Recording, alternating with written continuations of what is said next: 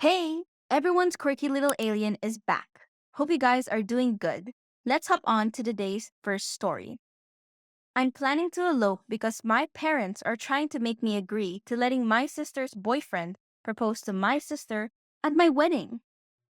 Maybe this is the wrong place, but I'm going to explode with rage and disappointment at my family. My baby sister is the golden child. Or maybe that's unfair to say. She survived cancer when she was a child. It was the darkest period of my parents' life. I don't remember much of it because my parents shielded me from the horrific truth. I knew she was sick, and I remember all my childhood spent in hospitals, but never did I know that my sister almost died until many, many years later. I was 12 and she was 10. After she beat her sickness, she became the obvious favorite in the house. She got everything she wanted, and sometimes it was at my expense. I resented that, but I always heard that I was a naughty girl for being jealous of my hero sister. My sister grew up to be a brat. Now, 20 years later, she's still bratty, although we get along a lot better than when we were teenagers or as young adults. My wedding is in July. Neither my fiance nor I have the money for a big wedding. We settled for small wedding, about 30 people, at my fiance's grandparents, who have a beautiful house with a lake view. My parents, when they heard this, said no way and offered to pay for a bigger wedding and a better venue. But we didn't agree at first, but later we didn't want to disappoint them. It seemed like it was important to them. Last week, my mom invited me over. My dad, mom, and my sister's boyfriend asked me what I would think if my sister's boyfriend proposed to my sister during the wedding so it would become an engagement party as well as a wedding. Mom has seen reels on Instagram about people proposing to maid of honors or bridesmaids and thought it was cute. My sister is my maid of honor. I said no, that's ridiculous, and laughed. My mom was livid. She told me I was selfish and ungrateful, and I accused her of favoritism. I told her I always thought it was odd that you'd pay for my wedding, but now I know the reason why. She started crying and kicked me out of the house. Later, both she and my future brother in law sent me texts warning me from exposing their plan to my sister. My fiance was disappointed, but not sure what we could do. My spent my parents have spent almost 30K and it's too late to cancel. My mother called me today to plan the proposal, and I begged her not to ruin my day. She told me since she was paying, she can make requests, and that I should let go of my jealousy and resentment towards my sister, because she's innocent in all of this. But the thing is, this day will be about my sister. I told my fiance to ask his grandparents if they're still willing to host my wedding. If they are, I'll revert to our original plan. If not, I will just elope. Not sure yet if I'm going to tell my family and cancel the wedding, or just let them have their grand proposal party. None of my family is invited to my wedding, including my sister. Update 1. I can't tell her since she has no idea her boyfriend is going to propose, and this would ruin the whole thing. At the same time, it would be ruined anyway when I elope and she wonders why. But as of this morning, my mom still says they're going to go ahead with the proposal, even without my help. The original plan is that I would be the one making the speech and telling my sister there's a surprise for her. And today is about us two, blah blah blah. And then her girlfriends and boyfriend would do some rehearsed dance to their favorite song and then he proposes. If I know her well, she wouldn't mind being proposed to on my wedding day. So it's a lose-lose situation for me. Sometimes I think maybe I should agree and get it over with, but I'm so angry and my fiance actually doesn't want me to cave in this time, since we're both very happy with the backyard wedding. We even asked mom to donate what she had planned on spending on the wedding to the Childhood Cancer Fund in our names, like what we've requested as a wedding gift from our guests. But she insisted on a party for the extended family. I had a back and forth texting with my future brother in law, where he called me jealous and bitter. I have now blocked him. He texted my fiance apologizing, but we didn't answer. My plan now is to get married a week earlier at my grandparents in law with 20 guests, because we have managed to change our honeymoon trip, booking to be 3 instead of 2 weeks, with departure day the morning after the wedding. My mom's wedding is already paid in full, with no refund possibilities with such short notice 3 weeks. That was the whole point, I think, to spring this information on me so close to the wedding date, so I can't really do anything about it. Now, they will have a 1 week's heads up anyway when they see my wedding pictures on social media. They will probably just turn the wedding into an engagement party and have a blast. So it's a win win, I hope. Update 2. I'm now happily married and in Como, Italy for my honeymoon. I tried to stay away from my phone, but I was so curious to see my family's reaction to my elopement a week earlier than planned. It was really ugly. I must start with saying that I really tried my best to negotiate and compromise with my family and truly explain that this was hurting me. I have nothing against my sister, and to be honest, nothing against her getting engaged in my wedding. But the principle that it was made very clear to me that I had absolutely no opinion or say in what was going to happen on what was supposed to be my special day was where I drew the line. It wasn't a wish or a request. It was a matter of fact, and it was decided. So I told my mom that I'm not going to attend the party she's paid for. Maybe they should just make it an engagement party instead. She got very upset and told me that the engagement was supposed to be a surprise. I told her that I was just giving her the heads up since she's about to lose an insane amount of money. She didn't take me seriously, like I wasn't going to cancel my wedding because of a trivial thing. What she didn't know is that I've already made plans to get married a week earlier at my grandparents in law.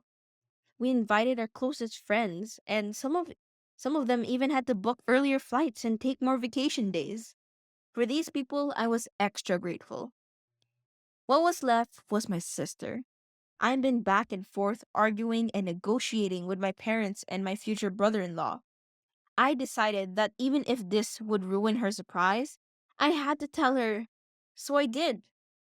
She wasn't really happy with my mom, but she was more upset that I ruined her surprise, and she, as I expected, thought I could have just sucked it up and gone with the flow. I didn't tell her about my new wedding date. The wedding was dreamlike. In the back of my head, I was hurt. The people who loved me the most weren't there. But I pushed that thought away and refused to let it ruin our day. My husband was amazing. He promised to make me happy for the rest of my life and to make up for every heartbreak I've experienced in my past. My in laws surprised us with upgrading our honeymoon to a 5-star hotel. I had my friends and some cousins, and my favorite aunt was attending. We asked them not to live stream or upload any pictures to social media until we were already on our honeymoon. We asked them not to engage in any altercations online with my family. Today, my mom made a long FB, Twitter, and Instagram posts bashing me and my husband, calling me ungrateful and disrespectful with pictures of my wedding, telling people I've cost her a big chunk of her savings and she's now demanding compensation. Her FB post was shared about 200 times, and the majority of my extended family is angry with me. She never once tried to contact me. I really thought she would bombard my phone. Instead, both her and my dad announced that they're cutting me off and are expecting compensation. Future in law A future brother in law commented that I ruined his surprise, and my sister made a post about being tired of jealous bees and haters. None of the people we invited has commented, even though some of them were directly attacked. So they respected our wishes. I don't know if they're going to go ahead and turn the wedding into an engagement party now. I really hope they do, so the money isn't wasted. It's on Saturday. I'm sorry the update got too long, but with the amount of people asking for an update, I hope this was what you wanted. Final update. OP confirms that the wedding did end up being a party for her sister. Yes, they did, and they blew the internet with pictures and posts about how magical the night was. Little sister made sure to write about haters not ruining her special day and how she's surrounded by the people that mattered. From what I gathered, about 30-40% of the guests that were invited showed up. This means they can't sue me for the wedding, so all is good. Story 2. My father and stepmother died, leaving me, 19 male, and my stepsister, 8 female. My stepsister's father, who has previously never cared about her, is getting full custody and has told me he won't allow me to visit. Is there anything I can do? Hi. So my life is falling apart. As the title says, a few weeks ago, my father and my stepmother was killed in a car accident. They have been married for 7 years, and my stepmother had a daughter from a previous marriage, who is 8 years old. I love her unconditionally, as if she were my own sister, and I would fight tooth and nail to keep her safe. She has no immediate family other than her father in the area, so he is going to receive full custody of her. I don't know if subjective opinions are allowed in posts like this, but this guy is a fucking asshole. The reason my stepmother left him is because he was abusive, which was never reported to the police, but I know several people who have witnessed it firsthand, so it is absolutely 100% happened. And the reason he was abusive was because my stepsister was born, and he didn't want a child.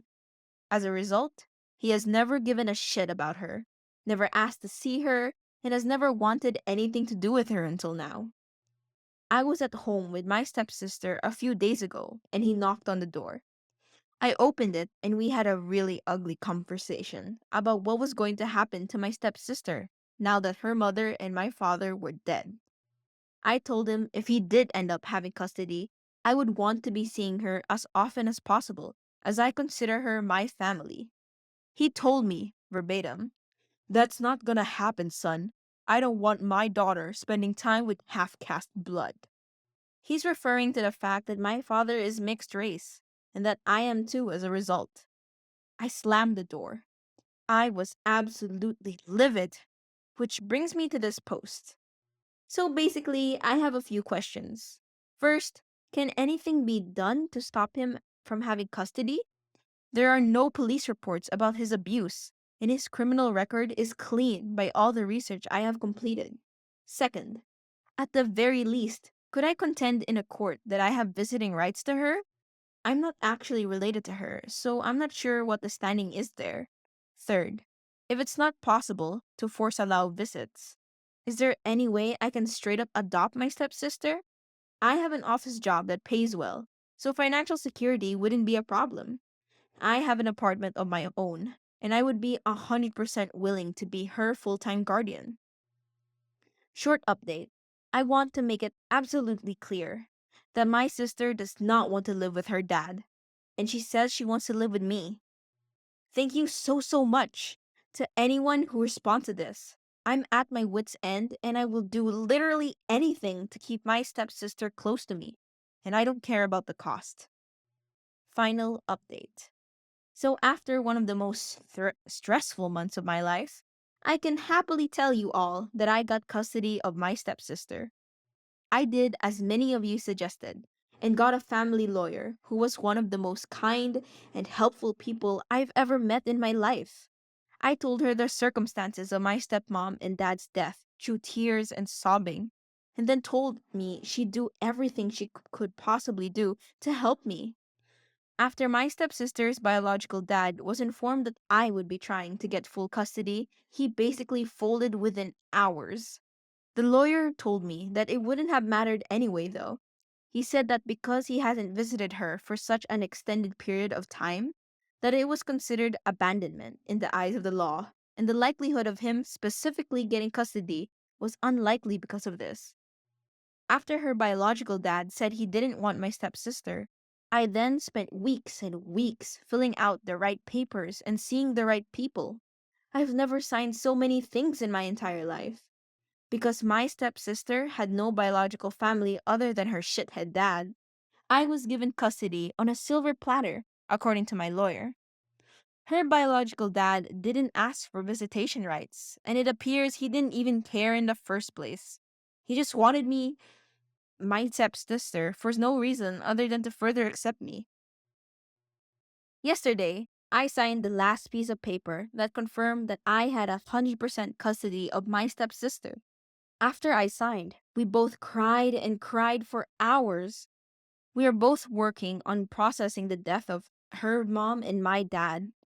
As I write this, she's asleep next to me with her head on my shoulder. The past 2 months have hands down been the worst of my entire life. I consider meeting my stepsister the best that's ever happened to me, and adopting her is the best decision I've ever made. These events have made me realize that family isn't just DNA based. It's actionable investments in the life of someone you love. Thank you so much for all of the people who helped me in my first thread. I owe all of you for the rest of your lives. Once I've turned 21, if any of y'all are in the Aberdeen area, drinks are on me. I hope you all lead wonderful lives. Give your loved ones a big hug for me. Story 3. Mother-in-law gifted me laser tattoo removal for my birthday. I don't want them removed. My husband, 43 male, and I, 31 female, have been married for 3 years, together for 6. Obviously, there is an age gap between my husband and I, which has never been an issue for us. My mother-in-law, however, has always greatly disapproved and likes to talk to me like I am a rebellious teenager instead of her son's life partner. A big issue for her is the fact that I have tattoos. I love all of my tattoos. They are well done and a huge part of my identity. I can't imagine myself without them, and my husband loves how they look on me. Mother-in-law made a few comments while we were dating, but my husband told her privately to drop it. 3 years ago, my husband and I hosted our families for my birthday dinner. It was our first big get-together after getting married, and everyone was nice enough to bring me a gift. I was going to open them after everyone left, but mother-in-law handed me an envelope at a dinner table and insisted I open it immediately. Inside was a card and a gift certificate to a local tattoo removal business for $500. I was confused and asked her what this was for. She said that since I was a married woman now and planning to have kids, she assumed that I would want my tattoos removed. Both my husband and I were kind of taken aback and stunned. I half-heartedly thanked her, and the party continued. Later, my husband called her and told her off. He insisted she take it back and get her money back. She absolutely refused and insisted I would want it someday. 3 years later, her $500 is sitting in my kitchen junk drawer, and I've added 3 more tattoos to the collection. Update. Thank you so much for all the great suggestions on what to do with the gift certificate. I actually have a friend who is a director of a restorative justice organization. I asked her if she had any clients with hate symbols they would like removed.